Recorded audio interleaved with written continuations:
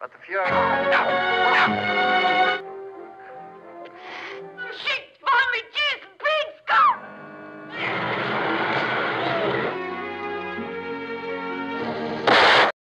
तो गुरु, आज की ये मूवी कितनी ज्यादा तगड़ी होने वाली है, इस बात का अंदाजा सिर्फ आप इस चीज से ही लगा सकते हो कि ये मूवी डायरेक्ट की है टिंटो ब्रास ने।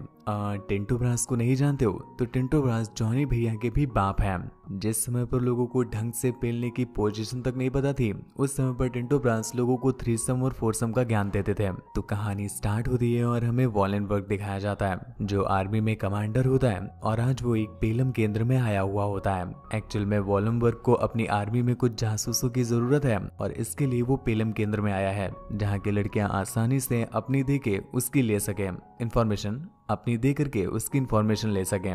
पर वॉलेनबर्ग को अपना सारा काम बहुत अच्छे से पसंद है, इसलिए वो पेलम केंद्र की सबसे तगड़ी लड़कियों को चुनता है और फिर उसके बाद लाइन से एक एक को बजा करके चेक करता है। वो उन लड़कियों को इतना पेलता है, इतना पेलता है, इतना पेलता है कि एक आधी तो बेहोश ही हो जाती है। वॉलेनबर्ग ने सीधा जॉनी भैया से ही ट्रेनिंग ले रखी होती है, तो वो इस पेलम पिलाई के गेम में बिल्कुल एक्सपर्ट हो चुका था और वो सारी लड़कियों को लगातार बजाता चला जाता है। पहले वो बहुत सारी लड़कियों को खुद बजाता है और फिर उसके बाद वो अपने सैनिकों को दे देता है, जिसके बाद वो एक एक करके सबकी लेते हैं। और यहाँ पर हमें पता चलता है कि वॉलेनबर्ग को पूरी 20 लड़कियां चाहिए जो पिलने पिलाने में बिल्कुल एक्सपर्ट हो चुकी हों। ये सब कुछ वॉलेनबर्ग बस इसलिए कर रहा था ताकि वो उन लड़कियों से जासूसी कर सके और उनसे गद्दारों का पता लगवा सके। वॉलेनबर्ग को भी अच्छे से पता होता है कि छेद के आगे अच्छे अच्छे भेद खुल जाते हैं। लड़कियों की ये ट्रेनिंग काफी समय तक चलती रहती है और इस बीच लड़कियों को रेस्ट करने का समय ही नहीं मिलता। कोई भी आकर कैसे भी आकर किसी भी तरह उसे बजाने लगता है। काफी दिनों की गहरी पिलाई के बाद जब उनकी गुफा गुलकंद बन जाती है, तब जाकर उन्हें रिजल्ट दिया जाता है, जिसमें से 20 लड़कियां सेलेक्ट की गई थी और इन्हीं में एक मार्गरेटा भी होती है। सभी सोल्जर्स का ऐसा मानना होता है कि अभी तक सबसे ज्यादा लंदन की सवारी सिर्फ मार्गरेटा ने ही की है और उसके हाईवे की सड़क इतनी मजबूत है कि उसके ऊपर कोई भी गाड़ी घिसवा दो, उसकी सड़क को कुछ भी नहीं होता।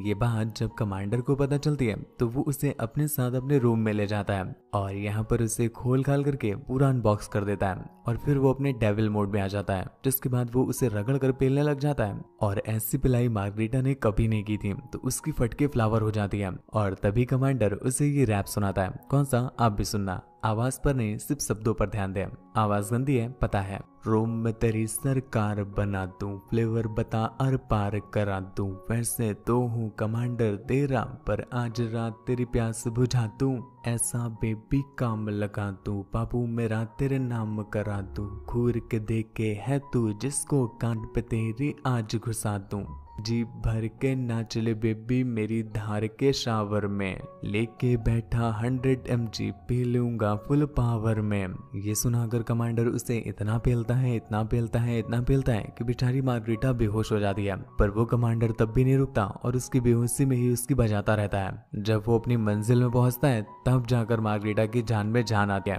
और फिर उसके बाद उसे एक बंदे के पास भेज दिया जाता है जिसका नाम हैंस होता है और मार्गरेटा उसे फैला फैला कर देने लगती है। हैंस को उसकी लेने में इतना मजा आता है कि वो उसके प्यार में पड़ जाता है। वो अक्सर उसे अपने साथ बाहर ले जाया करता था। वो दोनों साथ में गार्डन में घूमा करते थे और मार्गरेटा भी एक नंबर की प्यासी औरत होती है, तो वो जहाँ भी उससे मौका मिलता वो वहीं पर हैंस का मंजन करने लग जाती थी और शायद इसी वजह से हैंस उससे दूर नहीं रह पाता था। हैंस क्योंकि आर्मी में होता है तो वो अक्सर स्ट्रिक्ट रहा करता था और बहुत कम बोलता था, लेकिन मार्गरेटा उसे चूस चूस करके पिघला देती है और वो धीरे धीरे मार्गरेटा के साथ भी फ्रैंक होने लगता है। और शायद यही उसने सबसे बड़ी गलती कर दी, क्योंकि जैसे ही वो फ्रैंक होता है धीरे धीरे करके वो मार्गरेटा को अपने सीक्रेट्स भी बताने लग जाता है, जिसमें वो मार्गरेटा को बताता है कि उसने आर्मी के खिलाफ एक बार गद्दारी भी की थी और मार्गरेटा इस बात को रिकॉर्ड कर लेती है। हालांकि मार्गरेटा उसके फड़वे नहीं लगवाना चाहती थी क्योंकि उसे उसका मुख मंजन बड़ा पसंद आया था, लेकिन वो भी क्या करे, वो एक जासूस है, इसलिए उसे अपने सीनियर को ये क्लिप देनी पड़ती है और इस वजह से वो लोग हैंस के बम्बू दे देते हैं, जिसमें बेचारी की मौत हो जाती है। दोस्तों आपको रिमाइंड करा दे कि अगर आपने चैनल को अभी तक सब्सक्राइब नहीं किया है तो प्लीज सब्सक्राइब कर लीजिएगा। यहाँ से लौटकर मार्गरेटा जब अपने पेलम केंद्र में वापस आती है तो उसे पता चलता है यहाँ की एक लड़की को किसी ने जहर देकर मार दिया है। ये देखकर के बेचारी मार्गरेटा काफी डर जाती है और उसे समझ नहीं आता कि आखिर ये किसने किया है। तभी वहाँ पर एक लेडी आती है जो मार्गरेटा को ये काम छोड़ने के लिए कहती है, पर मार्गरेटा को अब वॉलेनबर्ग की वो पिलाई पसंद आ चुकी थी और वो अब वॉलेनबर्ग से बार बार पिलना चाहती थी, इसलिए वो आर्मी नहीं छोड़ छोड़ सकती, वरना वॉलमबर्ग उसकी बजाएगा नहीं। वो लेडी उसे समझाती है कि तुम्हें नहीं पता है, वॉलमबर्ग तो मैरिड है और उसके बच्चे भी हैं। पर मार्गरीटा कहती है कि मुझे पता है कि उसकी शादी हो चुकी है और उसके बच्चे भी हैं, पर फिर भी मेरी ये गुलाबी का नशा एक ना एक दिन उसे अपनी शादी वाली काली चाटने से रोक लेगा और तब वो बस मेरी ही बजाया करेगा। मूवी के अगले सीन में हमें पता चलता है कि मार्गरीटा का पेट भटूरा बनने वाला है, क्योंकि वॉलमबर्ग ने अपनी बंदूक से उसकी फील्ड में बहुत सारी गोलियां चलाई थी। इसी वजह से ये हादसा हो गया है। और ये बात जाकर के वो जब वॉलमबर्ग को बताती है तो वॉलमबर्ग की फट के फ्लावर हो जाती है और वो उससे कहता है कि अब तुम मेरे किसी काम की नहीं रही हो, अब ना तो मैं तुम्हारी बजा सकता हूँ और ना ही तुम्हें जासूसी के लिए कहीं भेज सकता हूँ। तो अब तुम बस एक काम करो, घर जाओ और उंगलियों का उपयोग करो, क्योंकि अब तुमसे और कुछ हो नहीं पाएगा। ये सब सुनकर के मार्गरीटा बहुत दुखी हो जाती है और उसे समझ नहीं आता कि वो क्या करे।